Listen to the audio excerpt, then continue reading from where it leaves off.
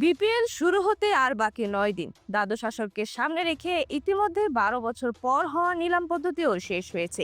এখন শেষ প্রস্তুতি হিসেবে স্কোয়াড সাজাতে সরাসরি বিদেশি ক্রিকেটারদের দলে ভেড়াচ্ছে ফ্র্যাঞ্চাইজিগুলো। তারই ধারাবাহিকতায় ৬ বিদেশি ক্রিকেটারের সঙ্গে চুক্তি করার বিষয়টি নিশ্চিত করেছে রংপুর রাইডার্স। এক বিজ্ঞপ্তিতে একবারের চ্যাম্পিয়নরা জানিয়েছে, দলের শক্তি ও ভারসাম্য আরো বাড়ানোর লক্ষ্যে এই অভিজ্ঞ ও প্রতিভাবান বিদেশি ক্রিকেটারদের সঙ্গে চুক্তি সম্পূর্ণ করা হয়েছে। চুক্তিবদ্ধ করা সেই ৬ ক্রিকেটার হচ্ছেন ৪ পাকিস্তানি ক্রিকেটার খুশদিল শাহ, ইফতিকার আহমেদ, ফাহিম আশরাফ ও আকিব জাভেদের সঙ্গে ইংল্যান্ডের ডেভিড ম্যালান এবং ওয়েস্ট ইন্ডিজের কাইল মায়ার্স। ফাহিম বাদে পাকিস্তানের বাকি ৩জনই সর্বশেষ বিপিএল এ খেলেছেন। অন্যদিকে রংপুরের হয়ে সর্বশেষ গ্লোবাল সুপার লিগে খেলেছেন অলরাউন্ডার মায়ার্স। ৬ ক্রিকেটারের বাইরে এর আগে সরাসরি আরো ২ বিদেশি ক্রিকেটারকে দলে নিয়েছে রংপুর। দুজনই পাকিস্তানি ক্রিকেটার। তারা হচ্ছেন খাজা নাফি ও সুফিয়ান মুকিম। সঙ্গে নিলাম থেকে কিনেছে দুজনকে। তারা হচ্ছেন ইতালির ব্যাটার এমিলিও গে এবং পাকিস্তানের উইকেট রক্ষক ব্যাটার মোহাম্মদ আকলা।